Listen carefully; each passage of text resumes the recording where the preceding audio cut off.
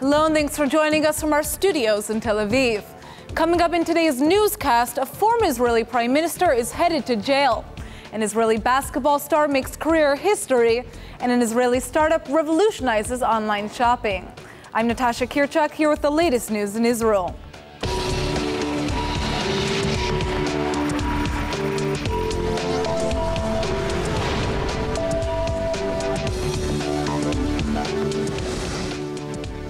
The Likud Central Committee is voting today on whether or not to advance the party's leadership race. Prime Minister Netanyahu is urging early leadership primaries to get the Likud party ready for elections. He has proposed pushing the primaries forward to February 23rd, instead of waiting until a date closer to the next general election. At an emergency meeting last night, the Israeli leader said that it's important to complete the process in order to unite the party. The meeting was arranged after an internal Likud court ruled that a vote on the matter could not take place without a debate being held first. Opponents have argued that moving the primaries forward is a trick to block potential competitors from running against a prime minister, since they will have little time to organize a proper campaign. A former Israeli prime minister is going to jail for the first time in history for his role in Israel's largest corruption scandal ever. The Supreme Court today partially upheld the conviction of the former Israeli leader Olmert in the Holy Land corruption trial. His prison sentence won't be very long, though. The court struck down one bribery conviction in the scandal and reduced his prison sentence from 6 years to 18 months. אבן גדולה הוסרה מעל ליבי כאשר בית המשפט העליון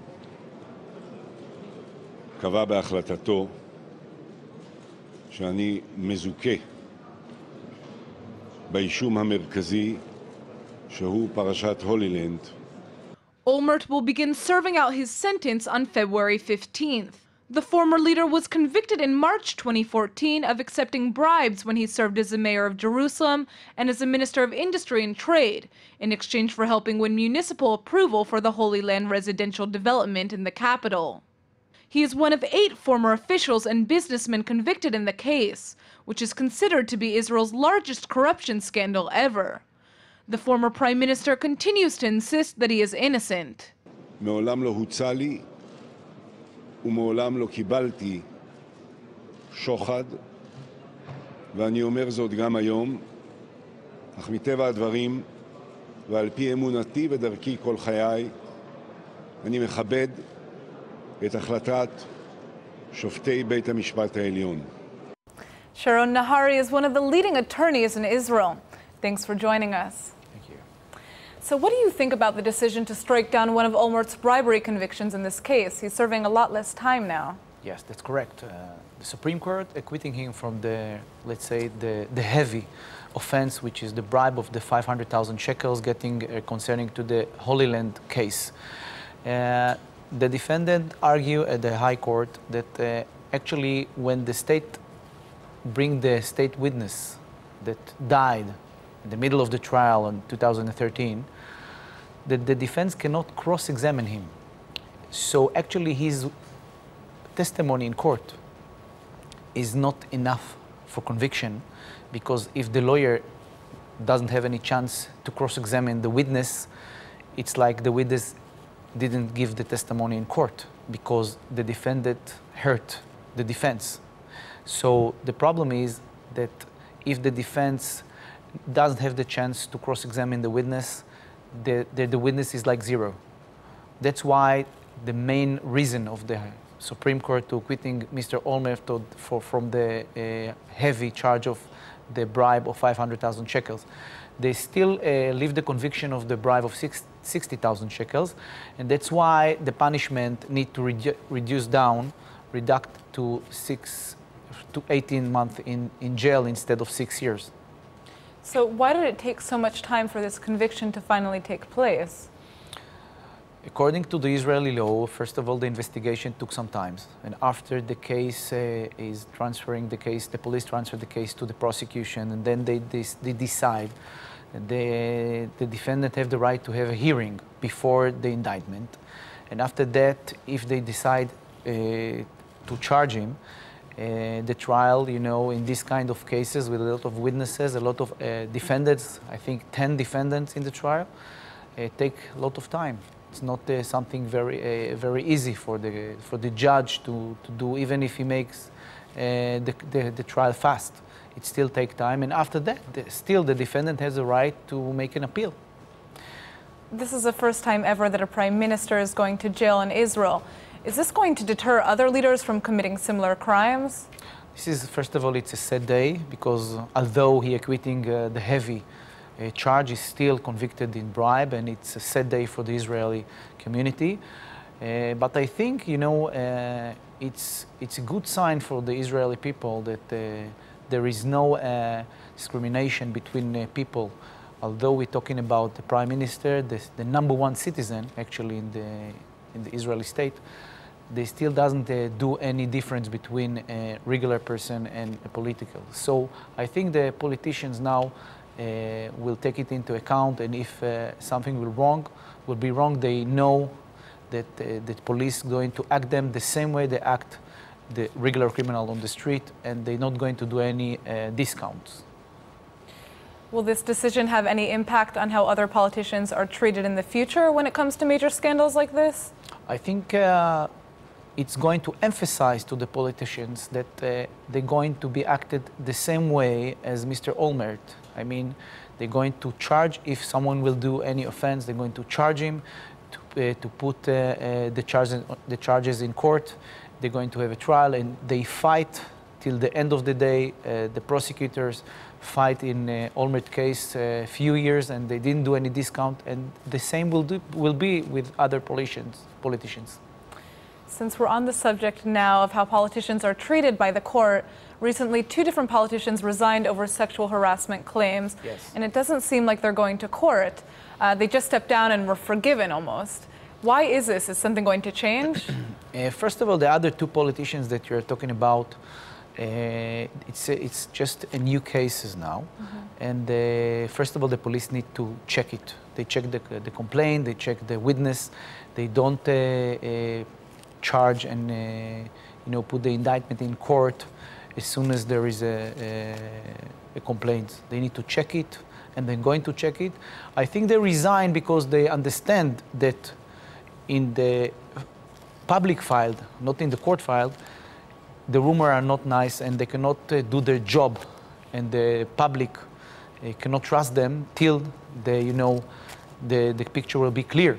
And I think they did right. Do you think that anything's going to happen here? Are these men going to be charged, Silvan Shalom and Yinon Magal? I don't know. It's hard to say because we are still at the beginning. We don't know exactly what is in the case, what are the witnesses exactly say, what are Silvan Shalom told to the police, what is statement.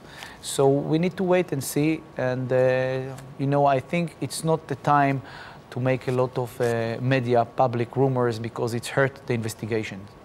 In Silvan Shalom's case, you have 13 different women who accused him of sexual harassment, but they haven't actually officially charged him in court.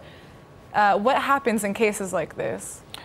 Usually the police has the right, even though the plaintiff, the woman, doesn't put official complaints in the police has the right, if they hear something, to invite them to the police station and to ask them questions, and to tell them that if they're not telling the truth, they're making an offense. So the police has the right to charge him, even though there is no official complaint. Even though the police talk with her in her house, for example, and write what he hear from her. And also if she will come to the police station and give some answer to the questions.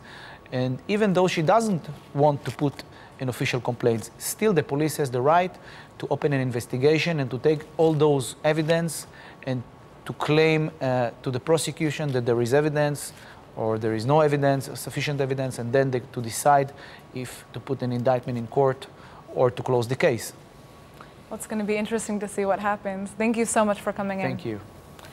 It looks like all the optimism over improved ties between Turkey and Israel is premature.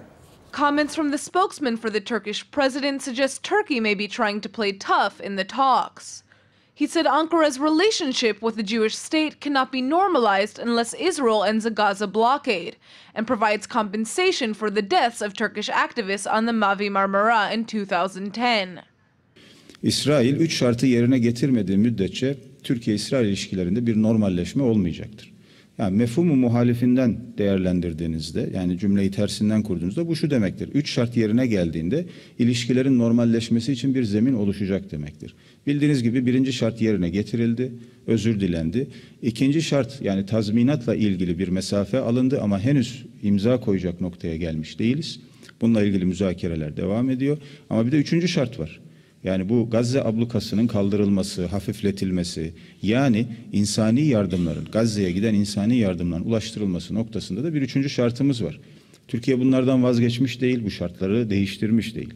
Türkiye'nin özellikle Filistin konusunda, Filistin halkının özgürlük mücadelesi, adalet ve onur mücadelesi konusundaki tutumu da açık ve net bellidir.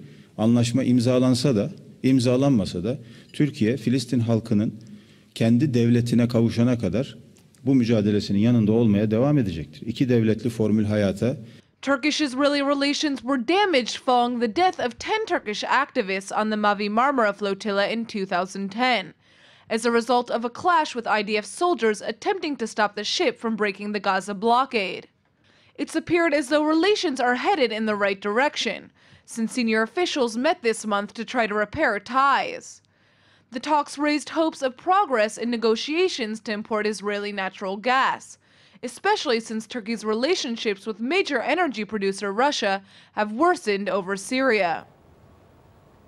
Israeli soldiers came under fire during a riot in the West Bank town Qalandia overnight. Soldiers came to the Qalandia refugee camp late last night to arrest a suspected Hamas operative. Their arrival prompted a violent protest by residents, who threw stones and shot at the troops. In response, the soldiers fired their rifles into the air to disperse the crowd. No injuries were reported on either side. The alleged Hamas operative and suspects involved in the shooting have been transferred to the Shin Bet security agency for questioning. Qalandia has been a flashpoint during the recent wave of violence, and several attackers have come from the town. Last week, 2 Palestinians from the area carried out a stabbing attack in Jerusalem, in which 2 Israelis were killed.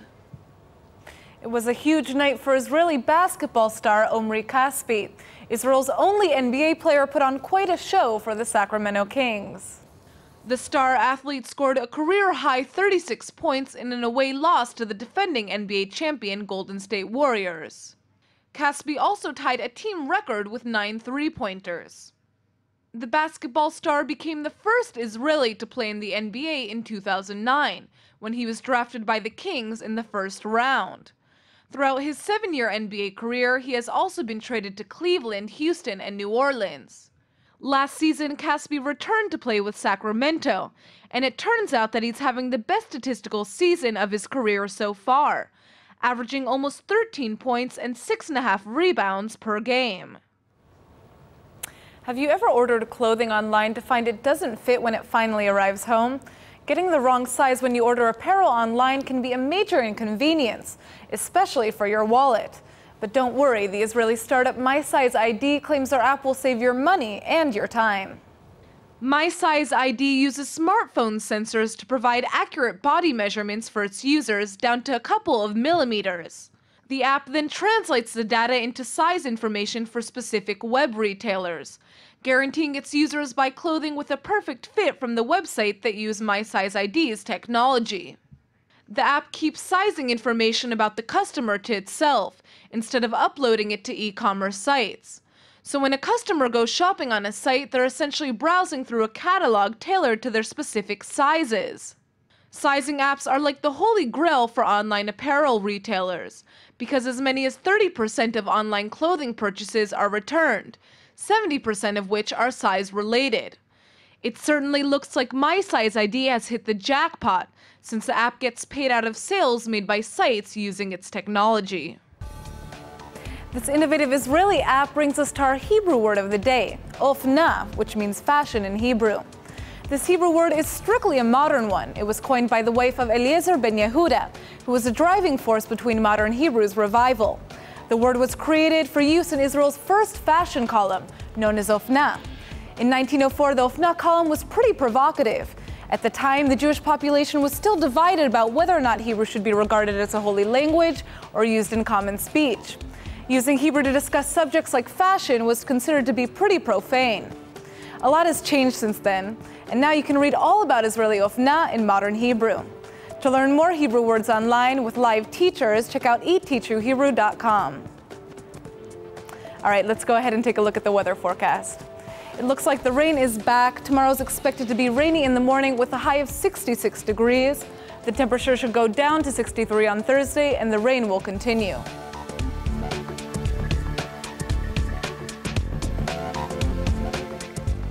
All right, everybody, that's it for today's news. Today's exchange rate is 3.88 shekels to the American dollar. Remember to sign up for our daily newsletter at ILTV.tv. And don't forget to check out our new breaking newscast every morning at 8 a.m. Eastern Time. Thanks for watching, and we'll see you tomorrow.